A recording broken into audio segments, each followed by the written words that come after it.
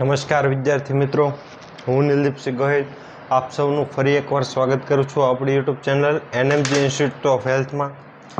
તો મિત્રો, આપણે અગાઉના લેક્ચરોમાં જે કંઈ SIMPSWની એક સિરીઝ શરૂ કરી હતી, એક પ્લેલિસ્ટ શરૂ કરી હતી, એમાં આપણે અગાઉના લેક્ચરોમાં કંઈક 4 થી 5 લેક્ચરો અપલોડ થઈ ગયા છે અને હવે આજે આપણે રસીકરણની સમાપ્તિ કરવાની છે. રસીકરણમાં આપણે આજે ભાગ 3 વિશે વાત કરવાની છે, જેમાં અગાઉના લેક્ચરોમાં આપણે કંઈક રસીકરણમાં એનો પરિચય લીધો, પછી VVM જોયું, શીત શૃંખલા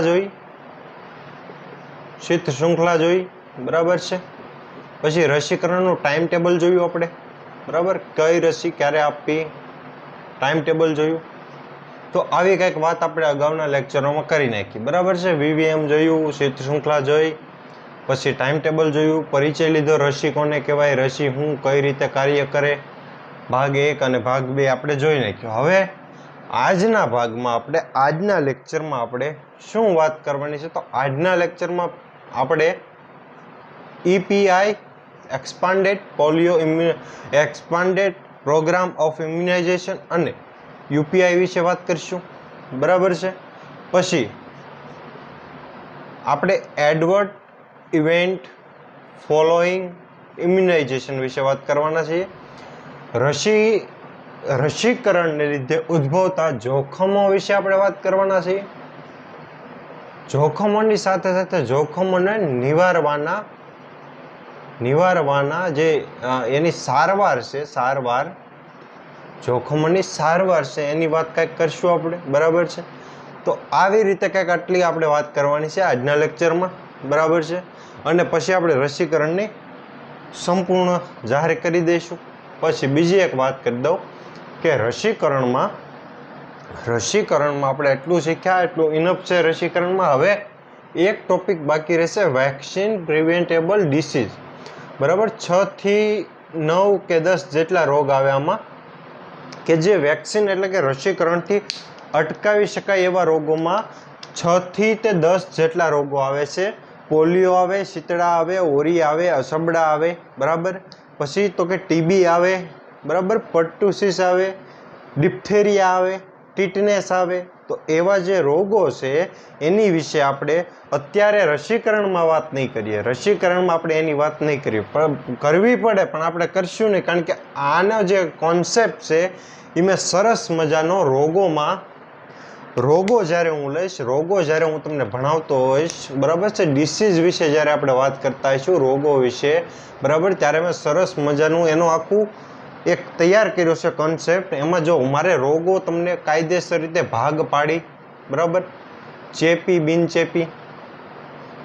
બિનચેપી, બરાબર, આવી રીતે ચેપી રોગોમાં કયા રીતે હવા દ્વારા ફેલાતા રોગો, પાણી દ્વારા ફેલાતા રોગો, એવા બધા તમામ રીતે મેં ભાગ પાડી અને વ્યવસ્થિત રીતે સમજાવવાનો પ્રયત્ન કરીશ.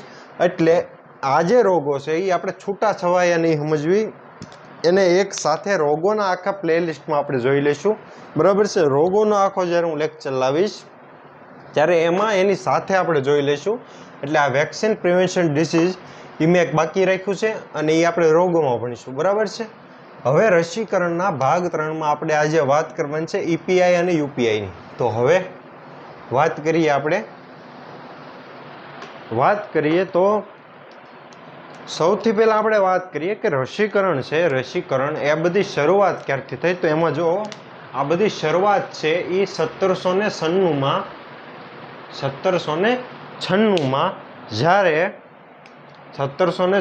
જ્યારે એડવર્ડ જેનર નામના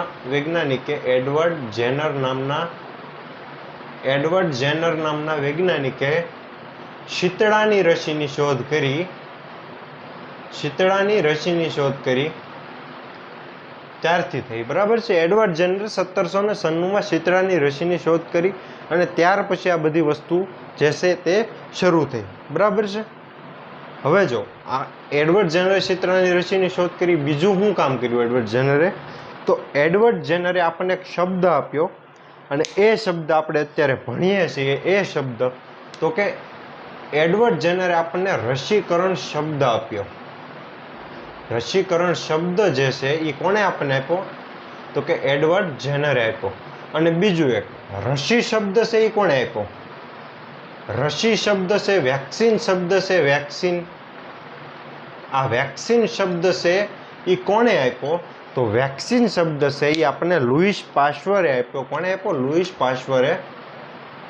લુઈસ પાશ્ચર નામના વૈજ્ઞાનિકે આપણને રસી શબ્દ આપ્યો, વેક્સિન શબ્દ આપ્યો. અને વેક્સિનેશન કયો કે રસીકરણ કયો? વેક્સિનેશન કયો કે રસીકરણ કયો? તો એ શબ્દ આપણને આપ્યો એડવર્ડ જેનરે. અને રસી શબ્દ છે આપણે આપ્યો લુઈસ પાશ્ચરે. બરાબર છે. તો લુઈસ પાશ્ચરે બીજું તો શું કર્યું? આ એડવર્ડ જેનરમાં એટલું યાદ રાખવાનું, શીતળાની રસીની શોધ કરી 1796માં. ત્યારથી જ તે બધું આ કાર્યક્રમ શરૂ થાય છે. લુઈસ પાશ્ચર આપણને, લુઈસ પાશ્ચર જે છે, લુઈસ પાશ્ચર આપણને ઘણું બધું ભેટ આપે છે. લુઈસ પાશ્ચર, લુઈસ પાશ્ચરમાં આપણે શું યાદ રાખવાનું છે? તો એક આ વ્યક્તિત્વ જોઈ લઈએ લુઈસ પાશ્ચર. એમાં જુઓ તો સૌથી પહેલા લુઈસ પાશ્ચર છે એને ફાધર ઓફ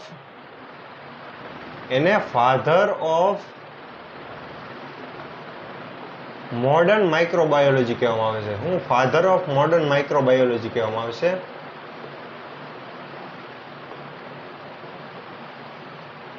બરાબર છે. લુઈસ પાશ્ચરને ફાધર ઓફ મોડર્ન માઇક્રોબાયોલોજી કહેવામાં. શું કામ? એનું કંઈક કારણ છે. તો લુઈસ પાશ્ચર છે એણે એક નહીં, બે નહીં, ત્રણ રસીની શોધ કરી. એમાંથી સૌથી પહેલી છે ચિકન પોક્સ. બરાબર છે. ચિકન પોક્સ એટલે કે અછબડાની રસીની શોધ કરે છે. પછી એન્થ્રેક્સની રસીની શોધ કરે છે. અને હડકવાની રસીની શોધ કરે છે. હડકવા એટલે કે રેબિસ કહેવાય. એને હાઇડ્રોફોબિયા કહેવાય. શું કહેવાય? હાઇડ્રોફોબિયા કહેવાય. બરાબર છે. આ 3 રસીની શોધ એ લુઈસ પાશ્ચર કરે છે. ચિકન પોક્સ, એન્થ્રેક્સ અને હડકવા, આ 3 રસીની શોધ પણ લુઈસ પાશ્ચર કરે છે. બરાબર છે. અને આપણે જોયું એમ રસી શબ્દ આપે છે લુઈસ પાશ્ચર. બરાબર છે. વેક્સિન શબ્દ આપે છે લુઈસ પાશ્ચર. અને જર્મન થિયરી આપે છે લુઈસ પાશ્ચર છે. આમાં આપણે ઘણા બધા વૈજ્ઞાનિકોની થિયરી યાદ રાખવાની છે. એવી જ રીતે જર્મન થિયરી છે એ કોણે આપી એમ પૂછાય તો તમારે લખવાનું લુઈસ પાશ્ચરે. લુઈસ પાશ્ચર છે બેક્ટેરિયા અને સૂક્ષ્મજીવોની વ્યાખ્યા આપે છે. શું આપે છે? વ્યાખ્યા આપે છે. બેક્ટેરિયા અને સૂક્ષ્મજીવોની વ્યાખ્યા આપે છે. પછી કંઈક જર્મન થિયરી આપે છે. રસી શબ્દ આપે છે. રસી શબ્દ એટલે કે વેક્સિન શબ્દ સૌ પ્રથમવાર કોણે આપ્યો?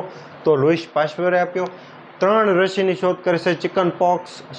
ચિકન પોક્સ, એન્થ્રેક્સ અને હડકવા, 3 રસીની શોધ કરે છે. અને મોડર્ન માઇક્રોબાયોલોજીના ફાધર કહેવામાં આવે છે. મોડર્ન માઇક્રોબાયોલોજીના પિતા લુઈસ પાશ્ચરને કહેવામાં આવે છે. આટલી વસ્તુ. અને હજી એક મોસ્ટ આઈએમપી આપણે હેલ્થની ફિલ્ડમાં વારંવાર શબ્દ સાંભળ્યો છે, પેસ્ચ્યુરાઇઝેશન. આપણે બધાએ શબ્દ સાંભળ્યો છે. બરાબર છે. પેસ્ચ્યુરાઇઝેશન. તો એની પણ શોધ કરે છે લુઈસ પાશ્ચર. પેસ્ચ્યુરાઇઝેશન એટલે કાંઈ નહીં, દૂધને આપણે રાતે સૂતા પહેલાં જે વધારો હોય દૂધનો અને જે આપણે ગરમ કરીએ છીએ, ગરમ કરી અને ઠંડુ પાડીને ફ્રીજમાં મૂકીએ એને પાશ્ચ્યુરાઇઝેશન કહેવાય. એમાં દૂધમાં રહેલા જે સૂક્ષ્મજીવો છે, બેક્ટેરિયા છે, એ નાશ પામતા હોય છે. એટલે એ પદ્ધતિને પેસ્ચ્યુરાઇઝેશન કહેવામાં આવે છે. પેસ્ચ્યુરાઇઝેશનની શોધ કરી હતી લુઈસ પાશ્ચરે. અને લુઈસ પાશ્ચરે પેસ્ચ્યુરાઇઝેશનમાં 2 પદ્ધતિઓ વપરાય છે, 2 મેથડ વપરાય છે. એક હોલ્ટર મેથડ આવે છે અને બીજી આવે છે ફ્લેશ મેથડ. બરાબર છે. ફ્લેશ મેથડ અને હોલ્ટર મેથડ, આ 2 મેથડ છે એ પેસ્ચ્યુરાઇઝેશનની છે. એમાં હોલ્ટર મેથડમાં 63 સેલ્સિયસ તાપમાને દૂધને 30 મિનિટ માટે ગરમ કરી અને પછી તાત્કાલિક જે છે એ 13 સેલ્સિયસ સુધી ઠંડુ પાડવામાં આવે એને હોલ્ટર મેથડ કહેવામાં આવશે. દૂધને 63 સેલ્સિયસનું તાપમાન આપી અને 30 મિનિટ માટે ગરમ કરવામાં આવે અને પછી તાત્કાલિક એને 13 સેલ્સિયસ સુધી ઠંડુ પાડવામાં આવે. એને વોલ્ટર મેથડ કહેવાય. અને બીજું ફ્લેશ મેથડ, એમાં 72 અંશ સેલ્સિયસ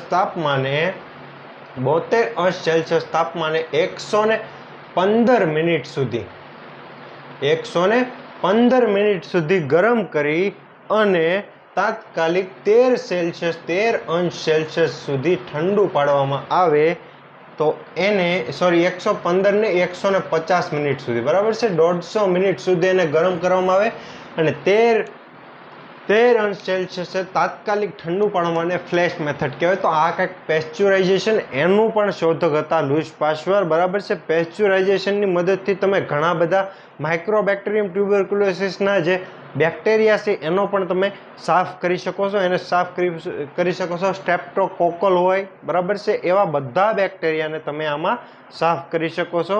નિર્જીવાણુકરણ એનું કરી શકો છો. અને પેસ્ચ્યુરાઇઝેશન કહેવાય. મોસ્ટ ઓફલી પેસ્ચ્યુરાઇઝેશન એટલે કે દૂધને જે આપણે ગરમ કરીએ એનું ઉદાહરણ છે. આપણે જે દૂધને ગરમ કરીએ એ પેસ્ચ્યુરાઇઝેશનનું ઉદાહરણ છે, બરાબર છે. અને એના શોધક છે લુઈસ પાસ્ચર. હવે વાત કરીએ આપણે આગળ, તો EPI એટલે કે એક્સપાન્ડેડ પ્રોગ્રામ ઓફ ઇમ્યુનાઇઝેશન, બરાબર છે. એક્સપાન્ડેડ પ્રોગ્રામ ઓફ ઇમ્યુનાઇઝેશન, જો EPI, બરાબર છે.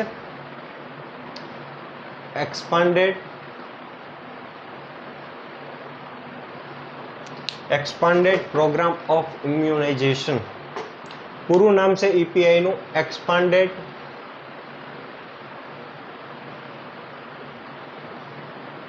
Programme of immunisation.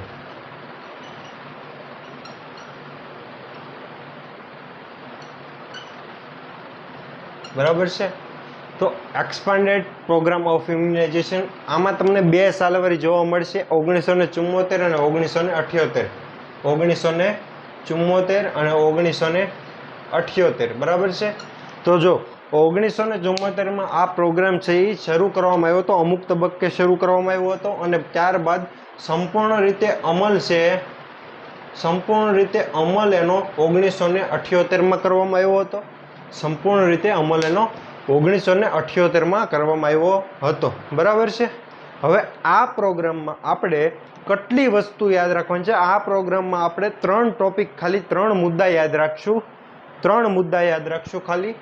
એક તો અમલ એનો ક્યારે થયો? 1978માં, બરાબર છે. પછી અમલ ક્યારે થયો, બરાબર, કઈ રસી એમાં સમાવિષ્ટ છે, કેટલી રસી એમાં સમાવિષ્ટ છે અને કઈ, બરાબર છે. કેટલી એટલે ટૂંકમાં રસી કેટલી સમાવિષ્ટ છે એ આપણે જોવાનું છે, બરાબર. પછી એક મુદ્દો એમાં જોઈશું આપણે, રસી કેટલી છે એ જોઈશું, બરાબર. તો એ પહેલા જોઈ લઈએ તો 6 રસી આમાં સમાવિષ્ટ છે. 6 રસીનો આમાં સમાવેશ કરવામાં આવ્યો છે. તો આ સરળતાથી શોર્ટ ફોર્મમાં તમે યાદ રાખો. એક તો ડીપીટી કરો એટલે 3 રસી આવી ગઈ. ડીપીટી, બરાબર. ડિપ્થેરિયા, પર્ટુસિસ અને ટીટનેસ. 3 રસી આવી ગઈ. હવે બીજી 3 તો ઓપીવી, બરાબર છે, ઓરલ પોલિયો વેક્સિન, ઓપીવી આવી ગઈ અને બીસીજી આવી ગઈ. અને છઠ્ઠી કઈ? તો EPIમાં એક્સપાન્ડેડ પ્રોગ્રામ હતો ત્યારે છઠ્ઠી રસી હતી ટાઇફોઇડની. કઈ હતી? ટાઇફોઇડની. ઓરીની નહોતી, ટાઇફોઇડની રસી હતી. ટાઇફોઇડની રસી સમાવિષ્ટ હતી, ઓરીની રસી એ સમયે સમાવિષ્ટ નહોતી, બરાબર છે. ઓરીની રસી પાછળથી સમાવવામાં આવી.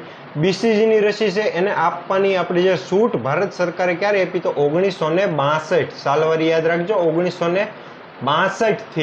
1962થી જે છે ટીબી માટે બીસીજીની રસી એ અપાવવા લાગી, બરાબર છે.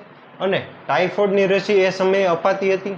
અને ટોટલ આ 6 રસી, ડીપીટી, ઓપીવી, બીસીજી અને ટાઇફોઇડ. ડીપીટીમાં ડિપ્થેરિયા, પર્ટુસિસ, ટીટનેસ, આ 3, ઓપીવી, બીસીજી અને ટાઇફોઇડ, આ 6 રસીનો EPIમાં સમાવેશ હતો.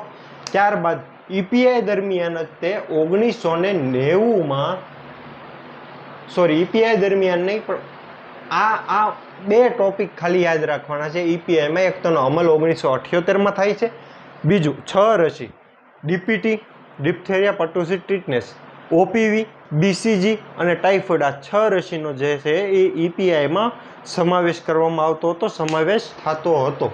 બરાબર છે. હવે વાત કરીએ આપણે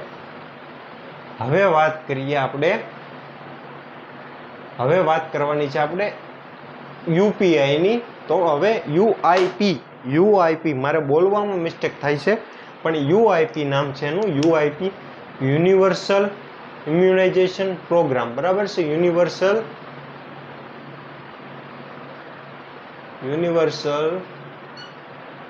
ઇમ્યુનાઇઝેશન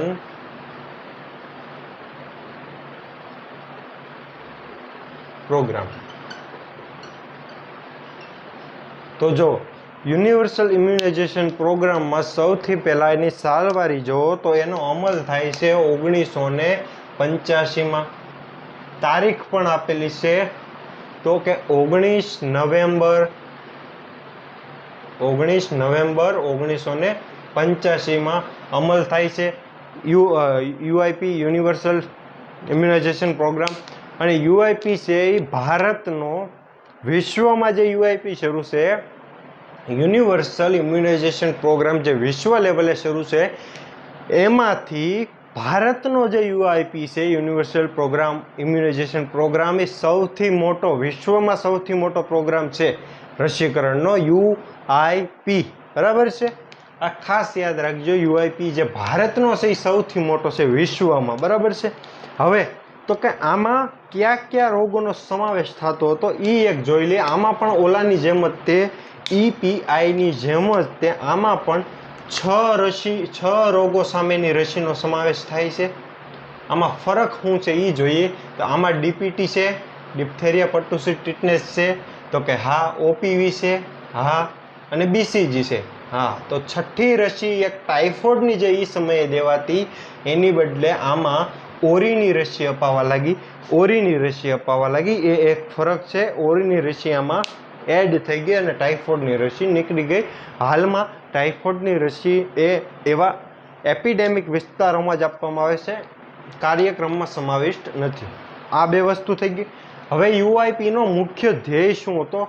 તો યુઆઈપીના 6 થી 7 એવા ધ્યેય છે, પણ આપણે બધા નથી યાદ રાખવાના. આપણે ખાલી આંકડાકીય માહિતીને લગતા 2 છે એ યાદ રાખવાના છે. એક તો એ યાદ રાખવાનું છે કે 100% સગર્ભા માતાને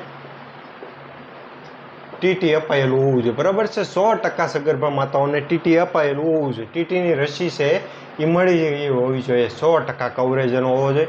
અને બીજું કે જે નાના બાળકો છે, તો બાળકોમાં જે 6 રોગો સામે આ રસી છે આપવામાં ભલામણ કરેલી છે યુઆઈપીમાં, તો એ 6 રોગો સામેની રસીમાં 6 રોગો સામેની રસી છે એ 85%નો કવરેજ હોવો જોઈએ. કવરેજ મળી ગયેલો હોવો જોઈએ 85%. 185 બાળકોને આ 6 રોગની રસી એ મેકાઈ ગયેલી હોવી જોઈએ. બરાબર છે. 185 બાળકોને, એટલે કે ટોટલ વસ્તીનો 85%નો કવરેજ બાળકોમાં હોવો જોઈએ. રસી 6 મેકાઈ ગયેલી હોવી જોઈએ. તો એવો કંઈક આનો મુખ્ય ધ્યેય હતા. 100% સગર્ભા માતામાં અને બીજું આ.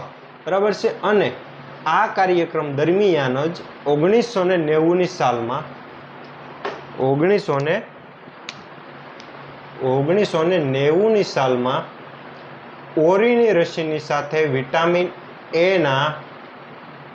વિટામિન એના જે ડોઝ આપવામાં આવે છે એની શરૂઆત થઈ હતી. વિટામિન એ સપ્લિમેન્ટરી એ 1990માં ઓરીની રસીની સાથે આપવાની શરૂઆત થઈ હતી. બરાબર છે. પછી તો કે જો આટલી વાત થઈ ગઈ. હવે આ પ્રથમ કાર્ય ભારતમાં થયું હતું અને આ કાર્યક્રમો રસીકરણને લગતા જે આ કાર્યક્રમો ભારતમાં થયા એ કાર્યક્રમો ખૂબ જ સફળ ગયા. યુઆઈપી કાર્યક્રમ છે ખૂબ જ સફળ ગયો, સારું એવું પ્રોત્સાહન મળ્યું અને આ કાર્યક્રમોમાંથી પ્રેરાય અને ઘણા બધા કાર્યક્રમો પછી ભારતમાં શરૂ થવા માંડ્યા. બરાબર છે. Child survival, child survival and safe motherhood programme. આ કાર્યક્રમ પણ આની સફળતા જોઈને શરૂ કરવામાં આવ્યો અને આવા ઘણા બધા કાર્યક્રમો જે છે એ શરૂ કરવામાં આવ્યા પાછળથી. બરાબર છે. એટલે આ થઈ ગયું યુઆઈપી અને યુનિવર્સલ પ્રોગ્રામ ઇમ્યુનાઇઝેશન પ્રોગ્રામ અને એક્સપાન્ડેડ પ્રોગ્રામ ફોર ઇમ્યુનાઇઝેશન. આ બેની આપણે વાત કરી નાખી. તો હવે આપણે આજનો ટોપિક આપણો કે રસીકરણના જોખમો વિશે આપણે વાત કરવાની છે. રસીકરણના જોખમો વિશે આપણે વાત કરવાની છે. તો જો રસીકરણના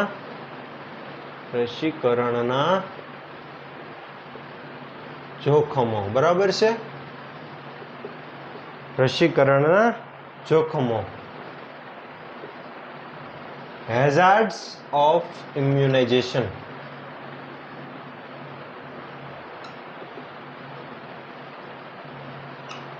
હેઝાર્ડ્સ ઓફ ઇમ્યુનાઇઝેશન વિશે આપણે વાત કરવાની છે.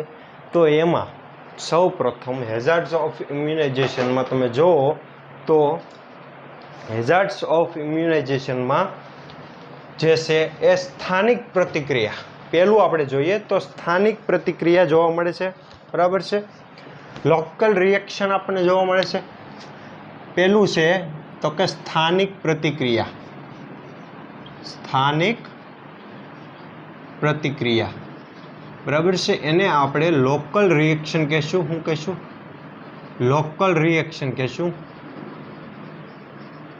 લોકલ રિએક્શન કહેશું. બરાબર છે. સ્થાનિક પ્રતિક્રિયા જોવા મળે. રસી જે જગ્યાએ આપવામાં આવે એ જગ્યાએ સ્થાનિક પ્રતિક્રિયાના સ્વરૂપે શું જોવા મળે? તો જ્યાં ઇન્જેક્શન આપ્યું હોય ત્યાં લાલાશ જોવા મળે. તમને લાલાશ જોવા મળે. બરાબર છે. બીજું એ જગ્યાએ તમને પેઇન થાય અથવા એ જગ્યાએ તમને ટેન્ડરનેસ થાય. બરાબર છે. ટેન્ડરનેસ થાય, પેઇન થાય, તમને લાલાશ જોવા મળે, સોજો થાય, સ્વેલિંગ થાય, સોજો. બરાબર છે. તો હવે જો આ થઈ ગયા સ્થાનિક પ્રતિક્રિયા, લોકલ રિએક્શન. એમાં લાલાશ આવે, પેઇન આવે, ટેન્ડરનેસ આવે, સોજો આવે. લાલાશ એટલે કે લાલ ચામઠું થઈ જાય. તમને જ્યાં ઇન્જેક્શન આપવામાં આવે ત્યાં લાલ ચામઠું જોવા મળે એને લાલાશ કહેવાય. પેઇન મીન્સ કે તમે અડો કે ન અડો તોય તમને દુખે, તમને પીડા થાય, તો એને પીડાને એને પેઇન કહેવાય. તમને દુખાવો થાય, વગર સ્પર્શ કરે દુખાવો થાય, એને પીડા કહેવામાં આવે. અને ટેન્ડરનેસનો મતલબ એમ થાય કે તમે જો દબાવો તો દુખે. દબાવો તો દુખે, એને ટેન્ડરનેસ કહેવાય. બરાબર છે. પેન એટલે કે પીડા, દુખાવો. ટેન્ડરનેસમાં તમે દબાવો તો દુખાવો થાય અને પેઇનમાં આપોઆપ દુખાવો થાય. ટેન્ડરનેસમાં જો તમે એ જગ્યાએ અહીંયા મને રસી દેવામાં આવી અને અહીંયા મને હું આમ દબવું, આમ અડું અને મને દુખે તો એને ટેન્ડરનેસ કહેવાય. અને અડું નહીં તોય મને દુખાવો થયા રાખે, ત્યાં આમ કહેવાય ને આમ તાળ ચડી જાય, આમ દુખાવો થયા રાખે તો એને પેન કહેવાય. બરાબર છે. સ્પર્શ કરવું અને દુખે એને ટેન્ડરનેસ કહેવાય. વગર સ્પર્શે દુખે એને પેન કહેવાય. તો આટલા રિએક્શન છે એ લોકલ રિએક્શન છે, સ્થાનિક પ્રતિક્રિયાઓ છે. હવે બીજી વાત કરી દઈએ. આપણે સ્થાનિક રિએક્શન જોયું. તો હવે સ્થાનિક રિએક્શન બાદ સામાન્ય જનરલ રિએક્શન જોઈએ. સામાન્ય પ્રતિક્રિયા. બરાબર છે. સામાન્ય પ્રતિક્રિયામાં સામાન્ય રીતે મોસ્ટ ઓફલી જે પ્રતિક્રિયા છે એમાં મોસ્ટ ઓફલી તાવ આવતો હોય છે, ફીવર. બરાબર છે. ફીવર એ મોસ્ટ ઓફલી જનરલ રિએક્શનમાં સામાન્ય જોવા મળે છે. એમાં ખાસ કરીને આ જે તાવ છે, પછી બેચેની થાય, અમુક માણસોનું ચીડિયાપણું થઈ જાય, માણસનો સ્વભાવ ચીડિયાપણું થઈ જાય, તાવ થાય, બેચેની થાય. તો આ બધા સામાન્ય જે જનરલ રિએક્શન છે એનું કારણ મોસ્ટ ઓફલી એ મૃત રસી હોય છે. મૃત રસી હોય છે. એમાં કઈ રસી? તો કે રેબિસ. ઉદાહરણ આપું તમને, રેબિસની રસી. રેબિસની રસી એટલે કે હડકવાની રસી. બરાબર છે. આઈપીવી ઇનએક્ટિવેટ પોલિયો વેક્સિન આવી જે રસી છે, આવી જે મૃત રસી છે, એ રસી મોસ્ટ ઓફલી જવાબદાર હોય છે. મૃત બેક્ટેરિયલ રસી જે હોય છે, બેક્ટેરિયલ રસી જે હોય છે એ મોસ્ટ ઓફલી જવાબદાર હોતી હોય છે સામાન્ય રિએક્શનમાં. બરાબર છે, સામાન્ય રિએક્શનમાં તાવ આવે, બેચેની લાગે, એવું બધું થતું હોય છે, તો એમાં મૃત રસી જે છે એ જવાબદાર હોતી હોય છે. હવે વાત કરીએ તો ત્રીજા નંબરનો પોઈન્ટ આપણો, રસી છે એની ક્ષતિને કારણે જોખમ થાય. બરાબર છે, રસીમાં કંઈ ભૂલ હોય અને એની લીધે રસી જેને આપવામાં આવે એને કંઈ અસર થાય, તો એવા કારણોમાં જોઈએ તો એમાં એક તો રસીનો વધારે પડતો ડોઝ દઈ દેવામાં આવે. રસીનો વધારે પડતો ડોઝ દેવામાં આવે, વધારે પડતો ડોઝ દેવામાં આવે. બરાબર, તો એની લીધે અમુક જે રોગ છે એની અસર થઈ જતી હોય છે, અમુક રોગ છે એ ઉદ્ભવતા હોય છે. બીસીજીની રસીનો રોજ, બીસીજી આપણે રસીકરણના ચાર્ટમાં જોયું, 0 ટૂંકમાં જન્મ સમયે આપવામાં આવે. જન્મ સમયે જો આ રસીનો ડોઝ છે એ વધુ આપવામાં આવ્યો હોય, આની સામાન્ય માત્રા તમને યાદ હશે 0.1 ml, બરાબર, અથવા 0.05 ml. બરાબર છે, આ માત્રા કરતાં જો રસીનો ડોઝ છે એ વધુ આપવામાં આવે, પ્લસ આપવામાં આવે, વધારે દેવામાં આવ્યો હોય, તો બાળકને ટીબી થવાની શક્યતા છે. બાળકને ટીબી થઈ જાય છે, એટલે કે રસીનો વધારે પડતો ડોઝ આપી દેવામાં આવે. પછી બીજા નંબરમાં ખોટી જગ્યાએ અથવા તો ખોટી પદ્ધતિથી આપવામાં આવે. ખોટી જગ્યાએ આપવામાં આવે, ખોટી જગ્યાએ આપવામાં આવે અથવા ખોટી પદ્ધતિથી આપવામાં આવે. ખોટી પદ્ધતિથી આપવામાં આવ્યો હોય તો એ રસીની આડઅસર ઉદ્ભવતી હોય છે. બરાબર છે, ખોટી જગ્યાએ અથવા તો ખોટી પદ્ધતિથી આપવામાં આવ્યો હોય. રસીને પહેલેથી તે બનાવવામાં,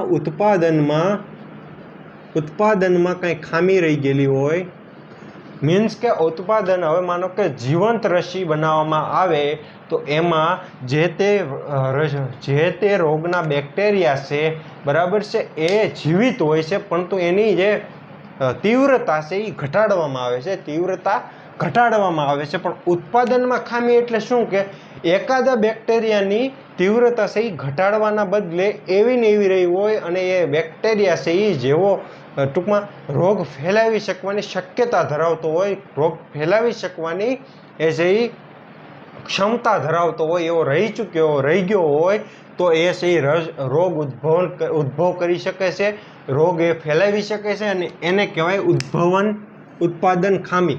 ઉત્પાદન ખામી મીન્સ કે કાં તો મૃત વેક્સિન બનાવવામાં આવે તો એમાં એકાદો બેક્ટેરિયા જીવિત રહી જાય, અને જીવંત રસી બનાવવામાં તીવ્રતા ઘટાડવાની હોય છે. તીવ્રતા ન ઘટી હોય તો એને ઉત્પાદનની ખામી આપણે કહી શકાય, જેને આડઅસર રૂપે બાળકને જે છે એ સાઈડ ઇફેક્ટ ઘણી બધી થતી હોય છે. બરાબર છે, પછી અપર્યાપ્ત માત્રામાં બનાવવામાં આવે. અપર્યાપ્ત માત્રામાં બનાવવામાં આવે. અપર્યાપ્ત માત્રામાં બનાવવામાં આવે. બરાબર છે, અપર્યાપ્ત માત્રામાં બનાવવામાં આવે એટલે કે રસી જે છે, માનો કે 0.5 આપણે ડીપીટી આપી છે, આપણે પેન્ટા આપી છે, તો એની માત્રા છે 0.5 ml.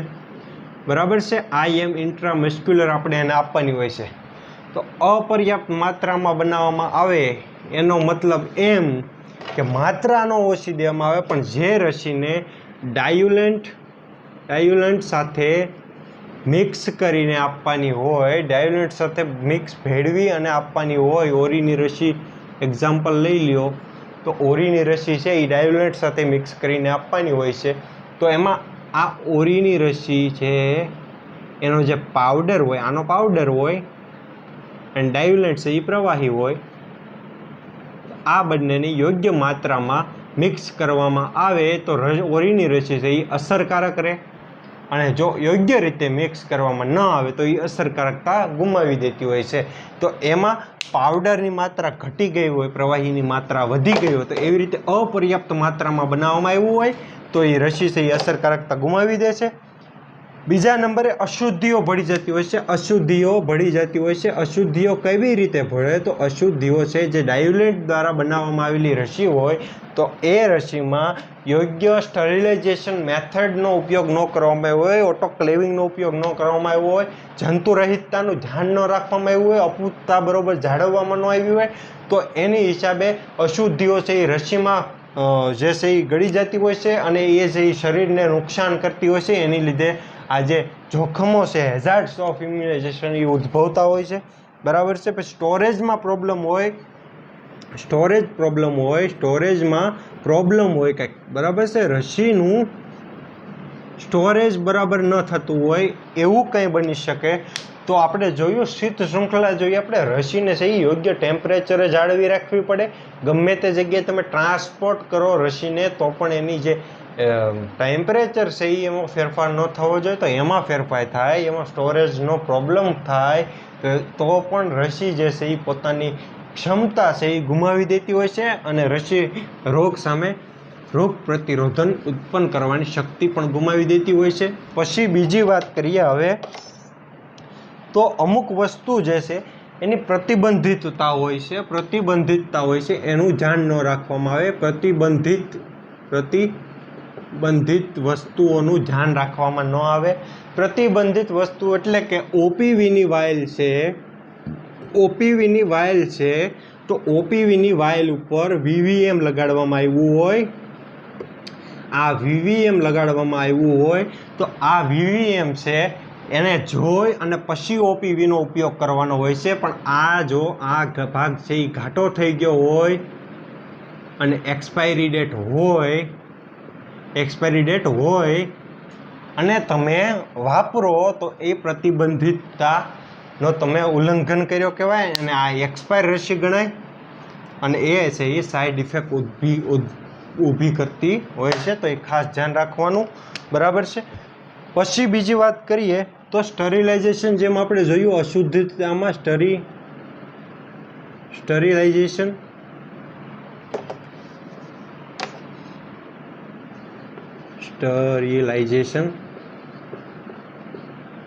એટલે કે જંતુને મુક્ત કરવાની. બરાબર છે. એ પ્રોસેસ છે સ્ટરીલાઇઝેશન, તમામ વસ્તુનું થઈ જવું જોઈએ હોસ્પિટલમાં ખાસ. અને આવી હેલ્થ બાબતમાં યોગ્ય સ્ટરીલાઇઝેશન જરૂર થવું જોઈએ. જો ન થાય તો અમુક બેક્ટેરિયા છે એ રસીને ઇન્ફેક્ટેડ કરતા હોય છે ને એની લીધે બાળકને છે એ રોગ ઉદ્ભવી શકતો હોય છે. બરાબર છે. હવે બીજું આવે છે ન્યુરોલોજિકલ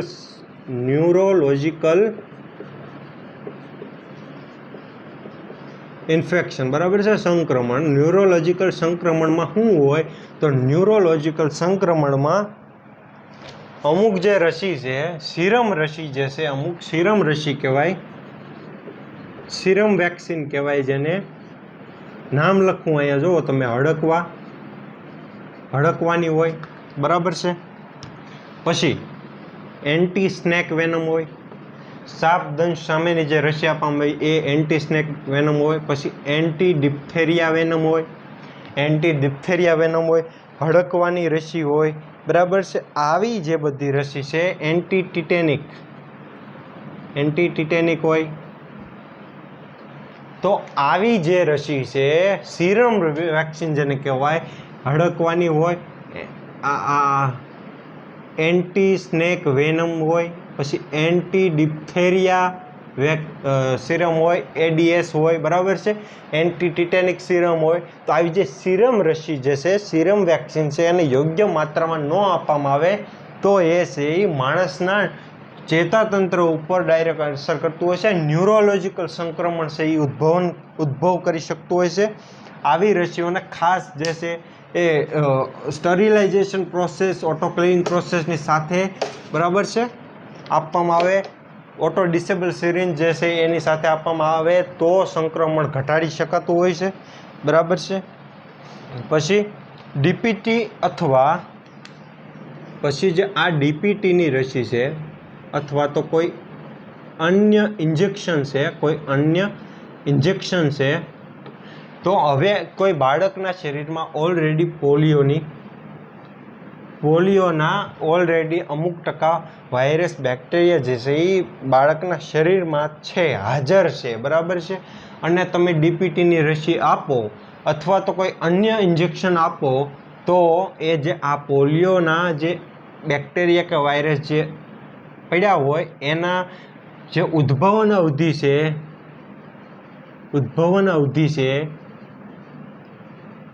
છે એમાં ઘટાડો કરી અને આ વહેલા ઉદ્ભવતું હોય છે.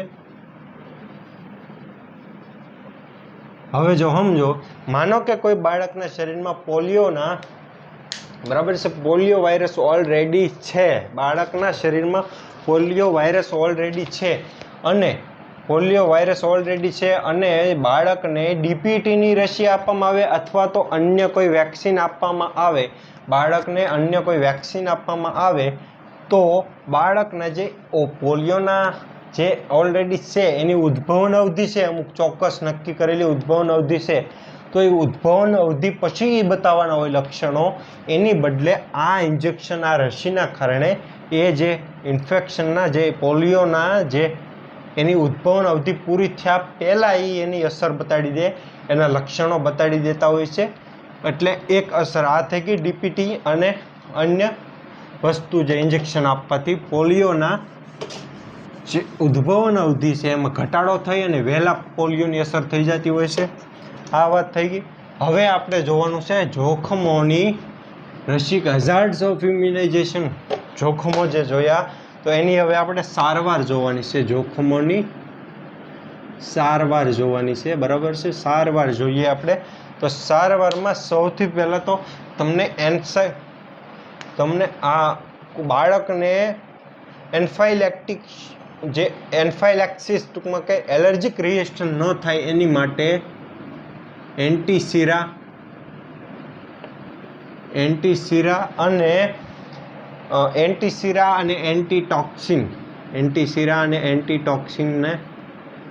એન્ટીટોક્સિનના સંવેદનશીલતાના ટેસ્ટ કરવા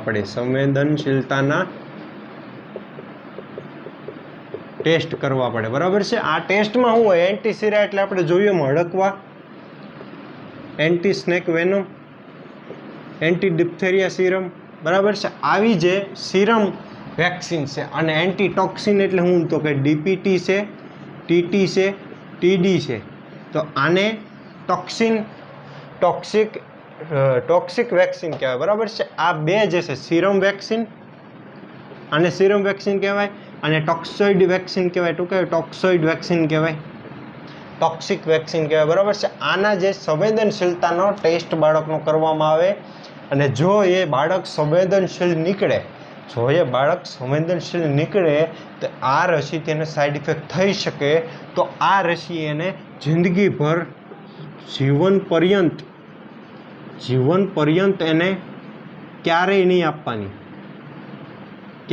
આપવાની, બરાબર છે. અથવા તો જો એવું બને કે આવી કોઈ રસી જે મૃત ટોક્સોઇડ વેક્સિન છે, મૃત હોય કે ટોક્સિક હોય એવી વેક્સિનથી જો એકવાર કોઈ બાળકને આ સંવેદનશીલતા ઉદ્ભવે, એલર્જી થાય તો પછી એને એ રસી ફરીવાર ક્યારેય નહીં આપવી, જિંદગીમાં ક્યારેય નહીં આપવાની, કારણ કે એનાથી એને ઘણી બધી સાઈડ ઇફેક્ટ ઉદ્ભવતી હોય છે. એટલે એ રસી ફરીવાર એને ક્યારેય નહીં આપવાની. અને બીજું જોઈએ, જો બાળકને એન્ફાઇલેક્ટિક શોકની અસર થઈ જાય, બરાબર છે, એન્ફાઇલેક્ટિક શોકની અસર થઈ જાય, એન્ફાઇલેક્ટિક શોકની જો એને અસર થઈ હોય તો એના સારવાર સ્વરૂપે આપણે શું કરવાનું, તો એની સારવાર સ્વરૂપે આપણે એની જે પહેલાં તો એ સમજો એન્ફાઇલેક્ટિક શોક જે છે એ કઈ રસીને ઓલાથી થઈ શકે, તો એ ઓરી અથવા તો બીસીજીની રસીને લીધે એન્ફાઇલેક્ટિક શોક જે છે એ ઉદ્ભવન થતો હોય છે, બરાબર છે. એનું કારણ છે કે આ રસીઓ જે છે એ ડાયલ્યુએન્ટવાળી છે, ઓપન વાઇલ માં નથી આવતી. આને ડાયુલેન્ટ બનાવી અને 4 કલાકની અંદર ડાયુલેન્ટમાંથી બનાવી અને આને 4 કલાકની અંદર યુઝ કરી નાખવો પડે. જો 4 કલાકમાં યુઝ ન થાય તો એને પછી આપણે બાયોમેડિકલ વેસ્ટ BMW દ્વારા બાયોમેડિકલ વેસ્ટ સિસ્ટમ દ્વારા એનો નિકાલ યોગ્ય રીતે કરવાનો હોય છે. પણ જો 4 કલાક વીતી ગઈ હોય, નિકાલ ન કરવામાં આવે અને વેક્સિન આપવામાં આવી હોય તો એન્ફાઇલેક્ટિક શોક સિન્ડ્રોમ જે છે એ ઉદ્ભવતો હોય છે. આને આપણે ટોક્સિક શોક સિન્ડ્રોમ ઇફેક્ટ પણ કહીએ છીએ. ટોક્સિક શોક સિન્ડ્રોમ ઉદ્ભવે તો એની સારવાર રૂપે આપણી પાસે આપણે આરોગ્ય કાર્યકર કહેવાય તો આપણી પાસે શું હોવું જોઈએ? તો આપણી પાસે પહેલાં તો એડ્રીનાલિન ઇન્જેક્શન આપણી પાસે તૈયાર હોવું જોઈએ. એડ્રીનાલિન ઇન્જેક્શન તૈયાર હોવું જોઈએ. પછી આપણી પાસે મેફેન્ટીન તૈયાર હોવું જોઈએ. મેફેન્ટીન નામનું ઇન્જેક્શન તૈયાર હોવું જોઈએ. કોર્ટિસોન તૈયાર હોવું જોઈએ અને કોરામાઇન નામનું ઇન્જેક્શન. આટલી વસ્તુ આપણી પાસે તૈયાર હોવી જોઈએ જેથી આપણે ટોક્સિક શોક સિન્ડ્રોમની સારવાર કરી શકીએ છીએ. એન્ફાઇલેક્ટિક શોક જોઈ લો. એન્ફાઇલેક્ટિક શોક બરાબર છે. ટોક્સિક શોક સિન્ડ્રોમ એમાં સારવારમાં એડ્રીનાલિન મેન યાદ રાખવાનું રહેશે. એડ્રીનાલિન બરાબર છે. એડ્રીનાલિન યાદ રાખશું. સંવેદનશીલતાની ટેસ્ટ કરશું. જો કોઈ બાળક સંવેદનશીલ હોય, ખબર પડે કે આ બાળક સંવેદનશીલ છે તો એને પછી જિંદગીભર એ પ્રકારની રસી ક્યારેય આપવી નહીં. કારણ કે જો આપવામાં આવે તો એને ઘણી બધી સાઈડ ઇફેક્ટની અસરો થઈ જતી હોય છે. એટલે એ વ્યક્તિને પછી જિંદગીભર ક્યારેય એ રસી આપવાની રહેતી નથી. બરાબર છે. બીજું હવે જોઈએ તો આપણે હજી એક નવી રસી આવી છે આપતા હોય છે. ન્યુમોકોકલ વેક્સિન એને કહેવાય. ન્યુમોકોકલ વેક્સિન આપણે જે છે એ આપતા હોય છે બાળકને. તો આ રસી જે ન્યુમોકોકલ વેક્સિન છે એ કઈ રીતે આપવાની તો એની વિશે આપણે વાત કરીએ તો આ જે રસી છે એ હાલ ટૂંક સમય પહેલાં એટલે કે એપ્રિલ 2020માં અપ્રૂવ કરવામાં આવેલી છે. એપ્રિલ 2020માં અપ્રૂવ કરવામાં આવેલી છે. અને આ રસીનો ડોઝ 6મા અઠવાડિયે, 10મા અઠવાડિયે 3 ડોઝ ટોટલ આપવાનો છે અને એક 9મા મહિને આ 3 ડોઝ આપવાના હોય છે.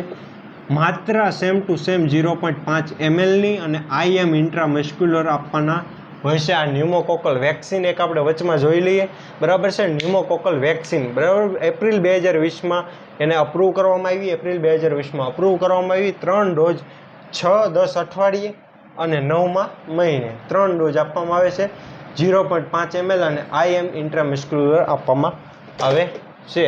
પણ હવે હજી એક વાત કરી લઈએ, યાદ આવ્યું કે OPV જે રસી છે ઓરલ પોલિયો વેક્સિન જે છે, ઓરલ પોલિયો વેક્સિન જે છે આ વેક્સિનને આપણે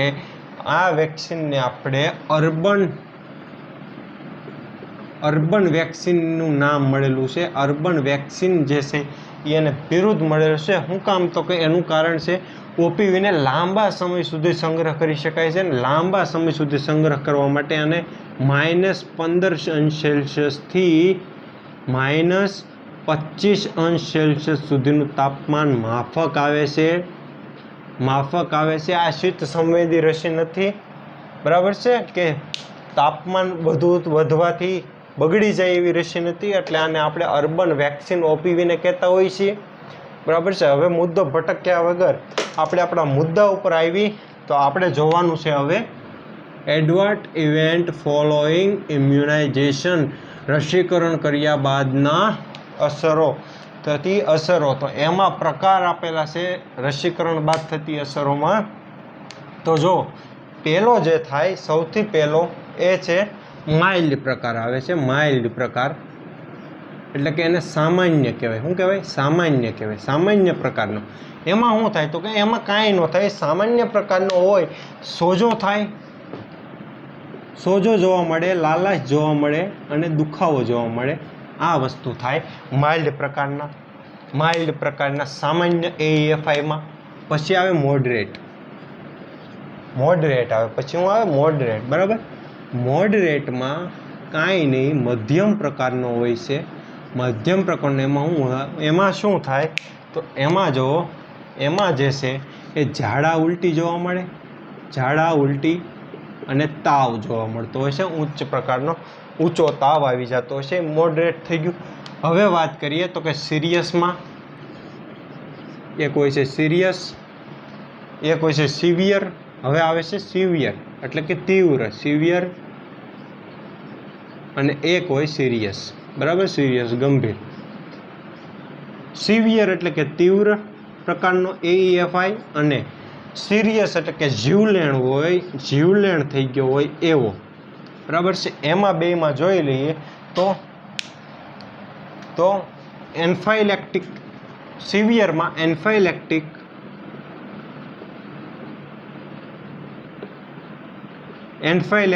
અસર થતી હોય છે. એન્ફાઇલેક્ટિક અસર એટલે કે એલર્જીક અસર થતી હોય છે, એલર્જીક અસર થતી હોય છે. અને આમાં એલર્જીક અસરના રૂપે શીળસ કહેવાય, શીળસ. બરાબર, શીળસ જે છે એ થતું હોય છે. અર્ટિકેરિયા જેને કહેવાય, શીળસ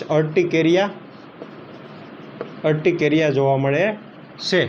સિવિયર એટલે કે તીવ્રમાં અર્ટિકેરિયા જોવા મળે છે. એન્ફાઇલેક્ટિક અસર કહેવાય અને એન્ફાઇલેક્ટિક સિન્ડ્રોમ કહેવાય, એલર્જીક રિએક્શન કહેવાય. અને આમાં જે છે એ એન્ફાઇલેક્સિસ થઈ જાય છે. શું થાય? એન્ફાઇલેક્ટિક નહીં, એન્ફાઇલેક્સિસ.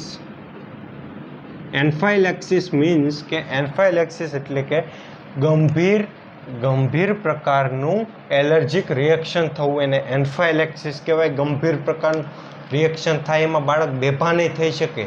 ગંભીર પ્રકારનું થાય એમાં કંઈ પણ વસ્તુ થઈ શકે છે. તો આ એડવર્ટ ઇવેન્ટ ફોલોઈંગ ઇમ્યુનાઇઝેશનના 4 પ્રકાર છે. માઇલ્ડ, મોડરેટ, સિવિયર અને સિરિયસ. એમાં તમને મેં સમજાવ્યું. માઇલ્ડ હોય, સામાન્યમાં સોજો લાલાશ થાય. મોડરેટમાં ઝાડા ઉલટી તાવ હોય. સિવિયરમાં એન્ફાઇલેક્ટિક એલર્જીક અસર થાય, એમાં શીળસ અને અર્ટિકેરિયા, શીરસ એટલે કે અર્ટિકેરિયા નીકળતું હોય છે. અને સિરિયસમાં એન્ફાઇલેક્સિસ અસર થઈ જતી હોય છે. ગંભીર પ્રકારનો ટોક્સિક શોક સિન્ડ્રોમ પણ એમાં થઈ શકે છે. જીવલેણ કહી શકાય એવો શોક લાગતો હોય છે, આઘાત લાગતો હોય છે. પછી વાત કરીએ તો હવે વાત કરીએ તો આની AEFI છે, AEFI છે, એની સારવારમાં શું કરવાનું? તો સારવારમાં જો બાળક 4 મુદ્દા યાદ રાખવાના છે. બાળક છે એ ભાનમાં હોય, સભાન હોય, ભાનમાં હોય, તમે પૂછતા હોય એનો જવાબ દેતો હોય, તમે જ્યાં જોવો ત્યાં તમારી સામે નજર ફેરવતો હોય, તો એ ભાનમાં કહેવાય. ભાનમાં બાળક હોય તો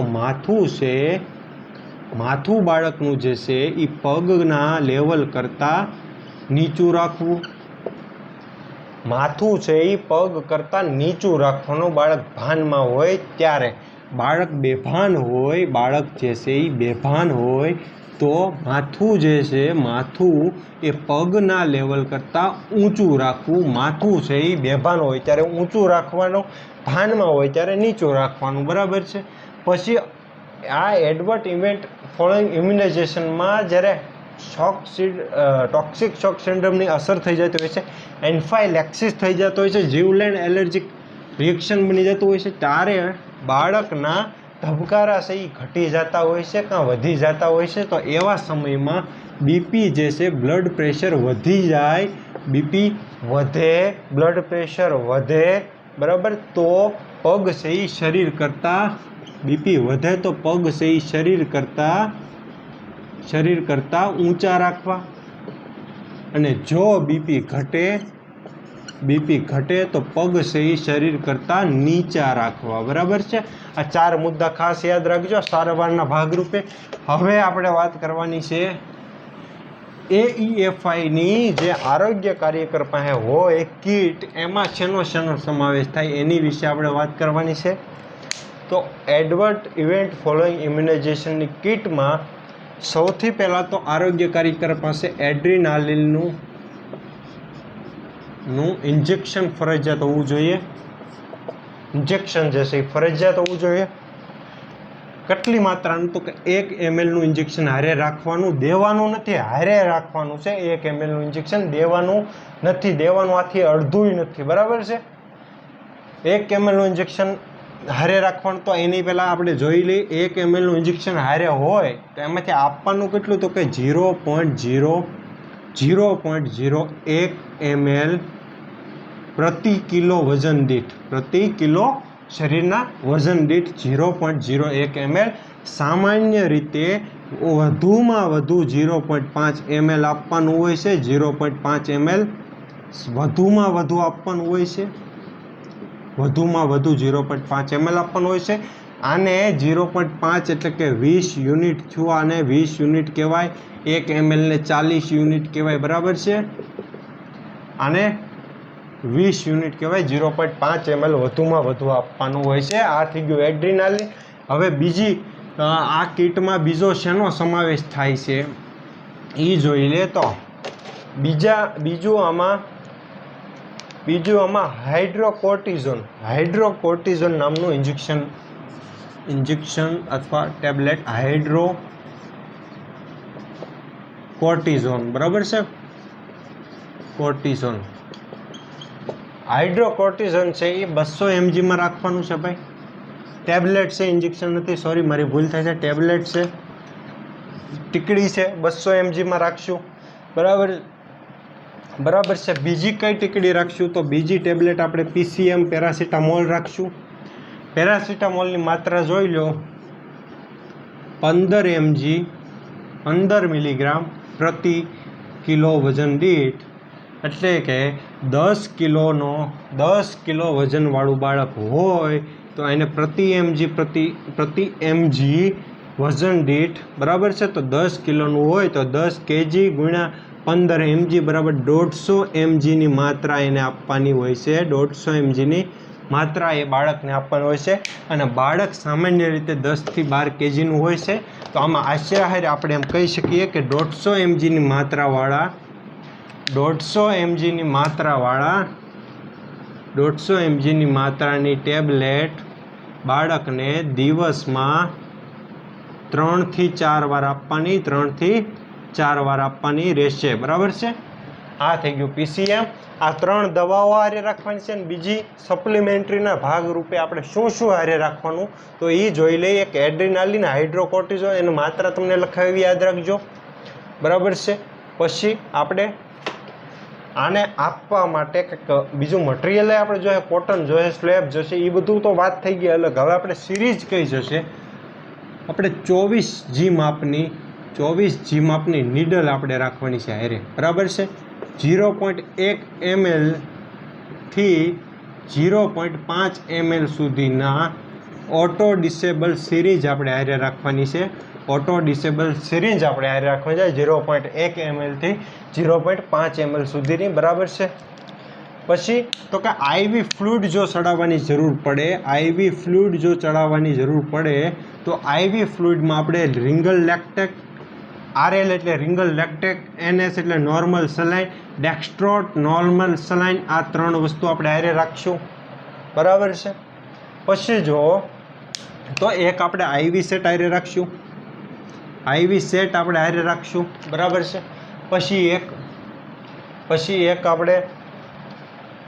એક વસ્તુ આપણે હજી હારે રાખવાની છે. IV સેટ થઈ ગયું, PCM ટેબ્લેટ થઈ ગયું, બરાબર છે. આટલી વસ્તુ આપણે IFની કિટમાં. બીજું કોટન સ્લેબ ને એવું બધું ઘણું હોય છે, કોટન હોય, બરાબર છે.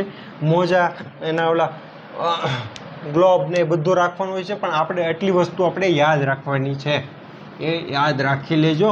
જો ન સમજાય તો ધીમી સ્પીડ થોડીક કરી અને ફરી એકવાર જોઈ લેજો, રિવિઝન મારી લેજો, બરાબર છે. હવે એડ્રીનાલિનની માત્રા મેં તમને કહી દીધી, યુનિટે પણ તમને કહી દીધા, બરાબર છે. તો આટલી વસ્તુ આપણે જોવાની હતી એડવર્ટ ઇવેન્ટ ફોલોઈંગ ઇમ્યુનાઇઝેશનમાં, બરાબર છે. અને હવે હું તમને એક જરાક બીજી વસ્તુ કહી દઉં.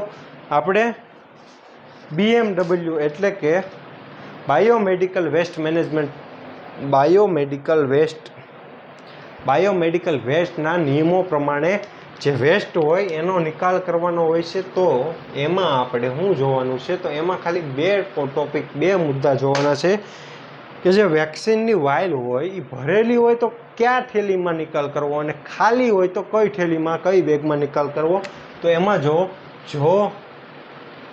વેક્સિનની વાઇલ છે, વેક્સિન વાઇલ છે એ ભરેલી હોય ને, ભરેલી હોય તો એને, જો વેક્સિન વાઇલ ભરેલી હોય તો એને પીળી ડોલમાં નિકાલ કરવાનો, પીળી થેલીમાં નિકાલ કરવાનો. અને જો ખાલી હોય તો એનો નિકાલ આપણે વાદળી ડોલમાં કરશું, વાદળી થેલીમાં કરશું. બરાબર છે. અને આ વસ્તુ થઈ ગઈ.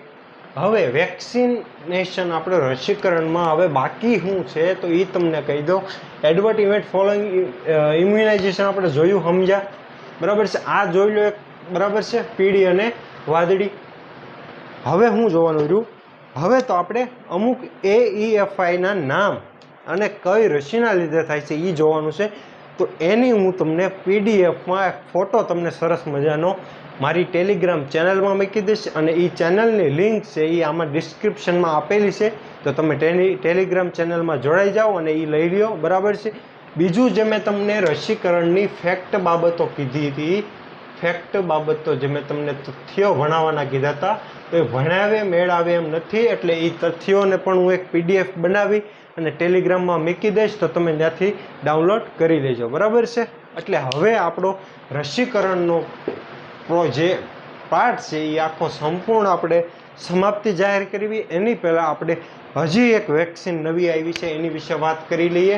તો એ રસીનું નામ છે, એ વેક્સિન નહીં, એ વાયરસનું નામ છે હ્યુમન પેપિલોમા વાયરસ. બરાબર છે. શું નામ છે? Human papilloma virus.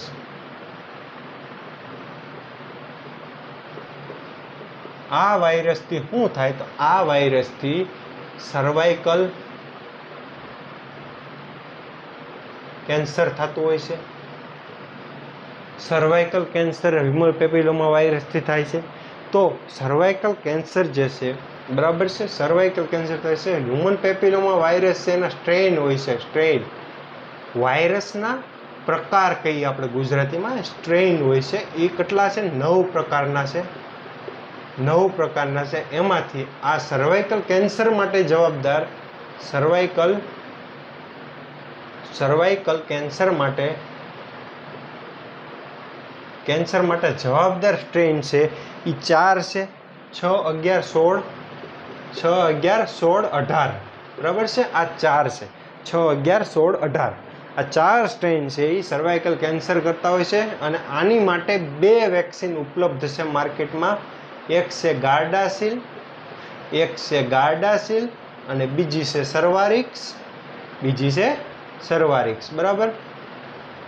તો જો ગાર્ડાસિલ છે એ 4 સ્ટ્રેન સામે રક્ષણ આપે છે, જ્યારે સર્વારિક્સ છે એ માત્ર 16 અને 18ના સ્ટ્રેન સામે રક્ષણ આપે છે. એટલે ગાર્ડાસિલ અને સર્વારિક્સ. હવે આ બંને વેક્સિનમાં જોઈએ કઈ રીતે આપવાની હોય છે અને કેટલી માત્રામાં અને કયા સમયે આપવાની હોય છે એ જરાક જોઈ લઈએ. તો જોઈ લો જરાક. અહીંયા ગાર્ડાસિલ હું લખું છું, ગાર્ડાસિલ. બરાબર છે. ગાર્ડાસિલ છે. અને અહીંયા આ સર્વારિક્સ છે. આ ગાર્ડાસિલ અને આ સર્વારિક્સ. બરાબર છે. તો જો ગાર્ડાસિલ છે એ આપણે જોયું એમ HPV-ના 6, 11, 16 અને 18 આ 4 સ્ટ્રેન સામે રક્ષણ આપે છે, જ્યારે સર્વારિક્સ એ 16 અને 18 સામે રક્ષણ આપે છે. બરાબર છે. ગાર્ડાસિલ અને આ બંનેની માત્રા જે છે, માત્રા જુઓ તો માત્રા આ બંનેની 0.5 ml રહેશે. માત્રા છે એ 0.5 ml ની રહેશે. બરાબર.